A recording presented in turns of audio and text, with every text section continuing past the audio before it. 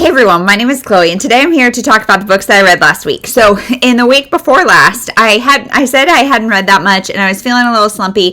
Deca TBR-a-thon and like the waiting game, I hadn't quite figured it out. Well, this week I definitely made up for it and read a lot. So we have, let's see, 7 middle grades to talk about and 7 adult books to talk about. So let's just get into it. I will have timestamp down below what time I start talking about the adult books in case that's all you care about. So you can click over there, but let's just get started. So the first one I read was Recipe for Adventure. This is Naples. It's covered by the sticker, but Naples by Giada De Laurentiis. So I didn't even know she wrote this series, but one of you guys told me about it, and it is so cute. This is about siblings who their great aunt comes to town, and she lives in Naples, and she's like horrified by the pizza they're eating. And so she starts teaching them how to make authentic Italian dishes, and they get transported to Naples. And then while they're in the middle of like a family squabble about a pizza contest, and then they get transported back. This is a whole series, and in this one, the kids don't know how they transported, and neither do we. And I hope we figure that out, but I'm really curious to continue on with the series, and my daughter read this and loved it too. Then we've got Rika Baptista, Llamas, Iguanas, and My Very Best Friend. So I really like this book. I'm going to put it on the shelf for my daughter to read, but this is the first in a duology so far. The second one just came out, but this is about a little girl named Rika Baptista who she thinks she overhears that her best friend is moving, and so she decides she wants to get a pet, and her parents are like, no, you're not responsible enough, pet costs money, all the things. And so she decides to start like proving that she is responsible as well as earning money. And one of the ways she goes about that is entering a poetry contest, which is really hard for her because she has to read it out loud, and I think it's poetry, and so she has to face some stage fright and all of that. I also like this book. I feel like the kids are pretty realistic, and she also writes in her prayer journal every night, and so I really like seeing that part, and it was really, really good. Then we've got Muggy Maggie by Beverly Cleary. So this is one of Beverly Cleary's that I've never read, and you could definitely tell it's dating. It is kind of later, I think, in her career. I can't remember. Let's see. I can't remember. It's like 1990 maybe that she wrote this. I don't know. But so this is about a third grade girl who she does not want to learn cursive, and so she refuses to. And so she refuses to learn cursive, so her teacher decides to make her the messenger that like delivers notes from teacher to teacher, and they write them all in cursive so she can't read them. And then she starts seeing her name in the notes, and so she's motivated to figure out how to read, therefore write cursive. So that's the story there. Next is one that I read with my kids, and this is Gooseberry Park by Cynthia Rylant. This one was so cute. This is about a park and all the animals that are friends in it. So there's a dog that lives with a crab, and they are like good friends, and then he goes out and meets a squirrel and a bat who live in a tree together. Then there's a big storm, and the squirrel and the bat lose their home. The squirrel is also in the very beginning, she's pregnant, and then she has her babies, and so we can find the babies in the bat, but we can't find Mama Squirrel. And so the book is trying to find Mama Squirrel. And again, there's more in this series, and I got them, and I really want to read them together, but my daughter really wants to go ahead and read them. So my whole point in like starting series like this is to find books for her to read independently, but then I get attached and want to continue. So we'll see if we continue it together or apart, but these are really good. Then we have Game Face Sports Report, and this is apparently like kind of hard to find series, but my library has them all, and this Game Face series. And this one specifically is about, I think, a high school girl who wins an internship to work at the local newspaper doing sports reporting. And so she has 2 older siblings that play. She is actually more comfortable on the sidelines. She loves what she's doing, all of that. And so this book, she also gets some adversity for being a female in a male-dominated industry. So she really, she's doing a project or something on a female founder of their community. So this book, the moral of the story is that girls can do anything they want. They can do anything boys can do, all of that kind of thing. And I really love that. But the telling of this was not my favorite writing style. So we'll see. I got more. So Game Face, if it's a female protagonist, it's written by Bridget Henry Cooper.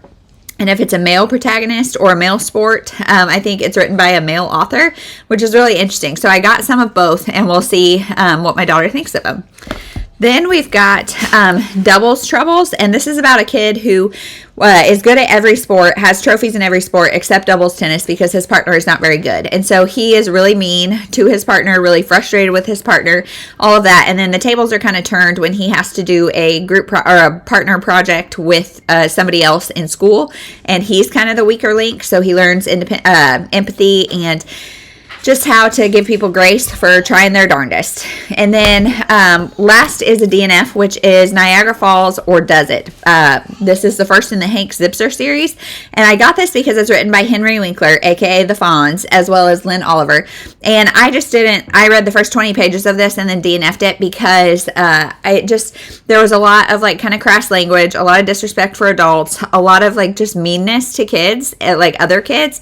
And just, it wasn't like the worst start of a book I've ever read, but we're reading so many good things that I don't think we need to waste our time on this series. So we're going to just let it go, send it back, and see if anybody else wants it. So there's that. So now let's get to the adult books. So we have Hostile Makeover by Wendy Wax. I read this and vlogged it, and I gave it 2 stars. This is about a girl who works for her dad's advertising agency. Her dad has a health crisis and needs to step down, and so he like gives the company to her kind of rival guy, and so now she works for the rival guy, and she's got like a no strings attached relationship with somebody else, but it is kind of the romance between her and the rival guy. I never felt chemistry, didn't like any of the characters.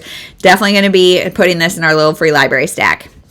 Then we've got Out of the Clear Blue Sky. Yeah, I always say this wrong. Out of the Blue Clear Sky. I don't know. But this is by Kristen Higgins, and I gave this 4.5 stars. I really liked it. So it's about Lily.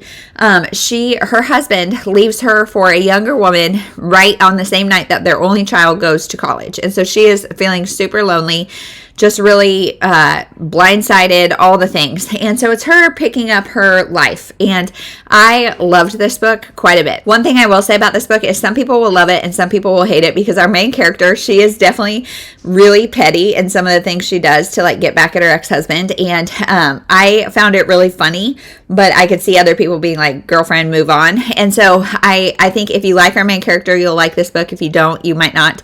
But I just love these Women Starting Over series. Books. There's a relationship with her sister, a relationship with a guy from her past. There's all sorts of things. And she's a midwife, which I really enjoy. So I really like this book. Then we have Third Degree by James Patterson. This is the third in his Women's Murder Club series. And I loved the first one, hated the second one. And this one was a 3-star for me because this series is about 4 women who all work together on crime cases. So there's a medical examiner, a defense attorney, a reporter, and somebody from the police squad, like a police officer of some sort, or a detective or something. I don't know. And so they all work together to solve these crimes. And there is a strong women's fiction element, like following these 4 women's lives and their friendship and all of that kind of stuff. And then every book has its own crime.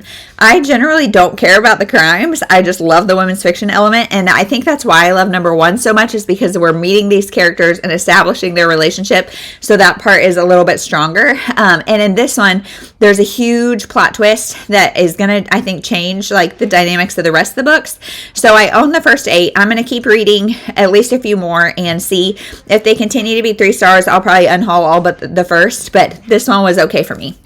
Then we've got Natural Hospital Birth, The Best of Both Worlds. So this is about having an unmedicated birth within a hospital setting, either by choice or by requirement.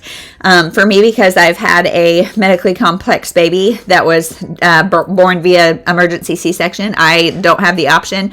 I will be having a baby in the hospital. I would probably choose that anyway, especially after having a high-risk baby. But I do want to, like, we had all the interventions with her because she was sick. And so I would like to have unmedicated, no intervention kind of birth. And so this is about how you balance those things and how you work together with your medical team and all that kind of stuff, as opposed to kind of like competing, as it kind of comes off like you're trying to be super crunchy and they're trying to be super medical. It's not like that.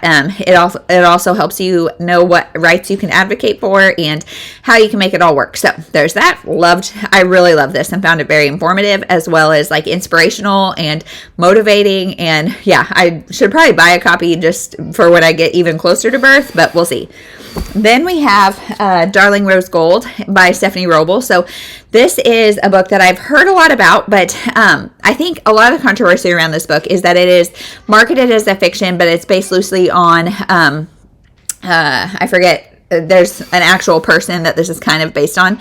So this is a Munchausen by proxy syndrome book. So that is in which the mother wants the daughter to be sick so she herself gets attention. So as she's raising Rose Gold, she has all these medical afflictions. Now she's on a feeding tube, all the things, and her mom is not feeding her the full amount, all that kind of stuff, so she will remain sick. And she convinces everybody that Rose Gold has all these conditions that she doesn't actually have. So when Rose Gold becomes a teenager, her mom gets imprisoned for 5 years for child abuse. And now when the book picks up, she's getting out, and Rose Gold now is a mother of her own, and she has a young infant son, and she takes in her mom, and it's the relationship dynamics. And this was so, like, I feel like this was like a train wreck that I didn't want to be watching, but I couldn't stop. And it was because, like, neither of the characters are likable. They're both, you're never sure. There's unreliable narrators because you don't know who's the good guy, who's the bad guy, what is happening, what should I be caring about, who should I be caring about, who should I be rooting for, all the things. And both are very traumatized individuals, both are very deranged individuals. So I found this really interesting, but I was also really uncomfortable reading it, so there's that.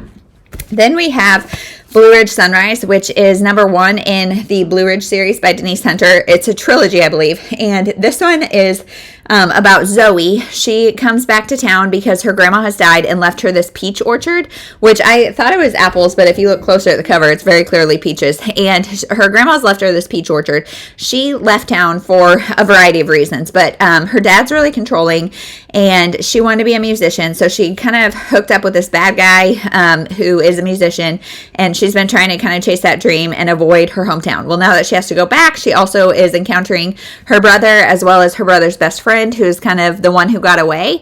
And so it's her kind of relationship with him and just picking up the pieces of all the relationships she kind of just abandoned, as well as trying to save this failing peach orchard. So I thought it was cute. I gave it 3 stars. There is a secret baby trope in here that I really, really don't like, and therefore I really can't get behind our main character. And so that kind of is hard, but I will continue in the trilogy because other characters, I might like their books better.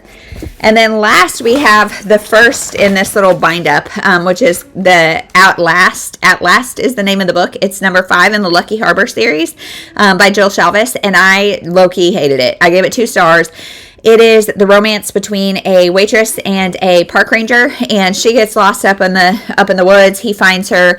They agree to a no strings attached, physical only relationship, and this is a lot of steam, a lot of language, and really nothing redemptive. Honestly, it's cringy as all get out. Like, even if I was somebody who enjoyed reading steam, I feel like this is so cheesy and gross and just cringy. Like, I don't know. It wouldn't work for me regardless, I don't think. And the one reason I continued to read it is because the park ranger also found a teenage girl in the woods that he is trying to figure out what her story is. And our main female character and she kind of bond and relate.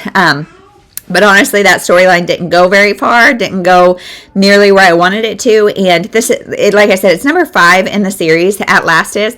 And so maybe there's more about it either coming up or in the past. But the next book in this bind up is number 6. It's called Forever in a Day, and it follows the park ranger's friend who's an ER doctor and a single dad. And so I'm going to read it, or at least start it, and see if it's any better, because I really like characters with that kind of stuff. So hopefully it's better. If not, regardless, this will probably get unhauled because I don't like bind ups and I hated the first book. So if I love the second one, which I would be shocked, I might buy it separately, but I don't think the Lucky Harbor series is going to be for me because Jill Shalvis writes both women's fiction and romance, and her romance tends to be on the steamier side, on the more language heavy side, just things I don't really like. But this was on my shelf. It was my only 600 plus page book, so the only one that I was semi interested in reading right now. So this is what my patrons picked, so by golly, I'm going to stick with it. And I'm filming this Saturday, August 31st, so we'll see if I can get it done and let it count for a Deck TBR-a-thon. So that is everything that I read this week. It's been a big week, but some of these have library, people are waiting for them at the library, so it feels good to like get things cleared out, get things in my unhaul pile, get things put away, so it feels really good. Let me know if you've read any of these books or what your thoughts were on them, and we'll see you next week. Thank you so much for watching.